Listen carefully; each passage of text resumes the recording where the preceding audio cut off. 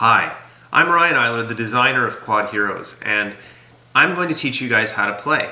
And I hope to pass on some of my excitement for what I think is a really fun and unique tabletop gaming experience. And that after you see this, you won't be able to resist jumping on board and helping us make this a reality.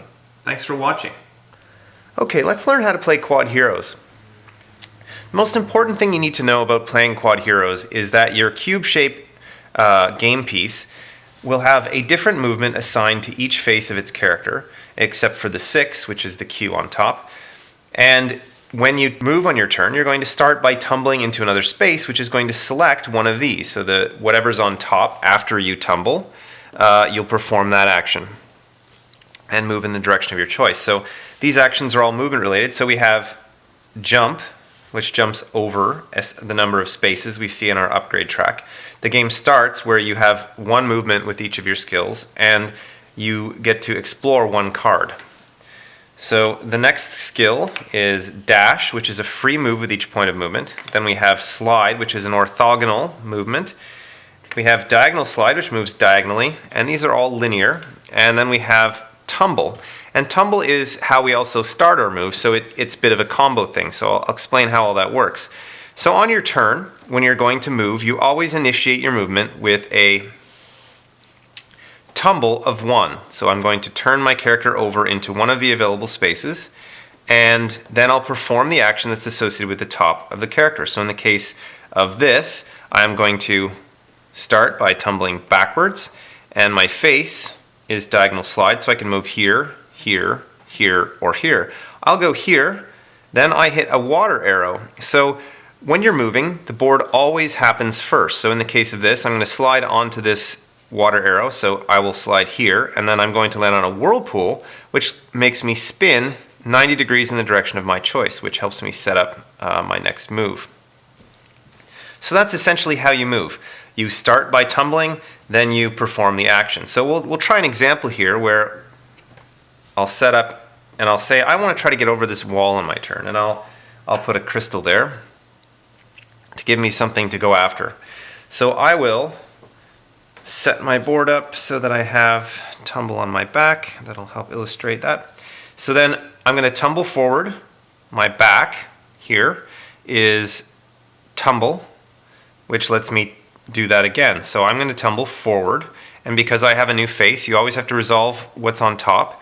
That is my feet, which says jump, and jump is over the number of spaces here. So I can jump up to, or I can jump over one space. So I'm going to jump over this wall, land on the water. So I collect this crystal, but then I'm landing on this, which then forces me to move here. So you always have to move. If the board is pushing you, you move there before continuing on with the rest of your move. So that's essentially how movement works. And after the move phase on your turn, you will draw cards, is the exploration phase. And I'll explain the cards now. So I'm going to just slide the cards over here.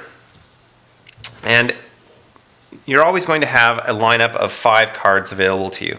And after more are drawn, or after you've removed some from here, then others will flip up at the end of the turn. So the important thing to note here are the different card types, and I haven't got them all represented here, but let's find a food card. Here's one. Get rid of that and place the food card down. So the different types of cards are pets, items, food, and runes, and this is another pet, so we'll set it aside. So generally speaking, food cards are going to enhance your movement. They're a one-time use card.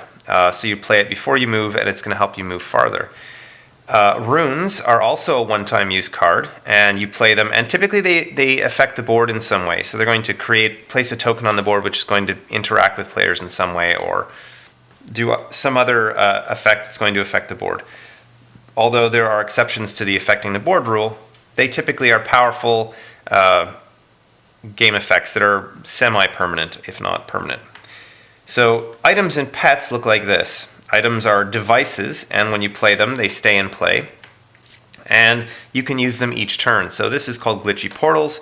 If I have this card in my hand, I can play it, attach it to my board in the appropriate spot, and every turn I can use its effect. In this case, it says there's a picture of a teleporter token, so that means I can place a teleporter token, which looks like this, on the board within 4 spaces of my character each turn if I choose to.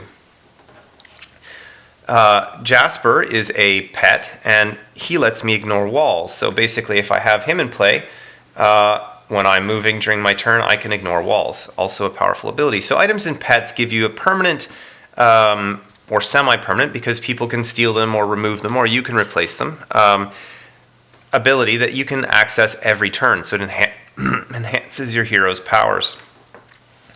So at the end of your turn, you're going to draw a number of cards from the exploration. During the exploration phase, you're going to draw a number of cards from this lineup of face-up cards equal to the number of these symbols you have in your upgrade path. So at the end of the turn, at the end of a round, after all players have taken their turns, comes the upgrade phase.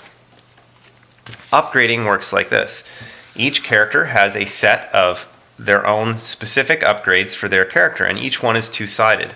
The green side refers to movement skills, typically, and the blue side relates to cards and other game effects. So you're going to choose one of these, any of them. They are numbered 1 to 7, but the numbers aren't important from the sense that you have to play them in that order.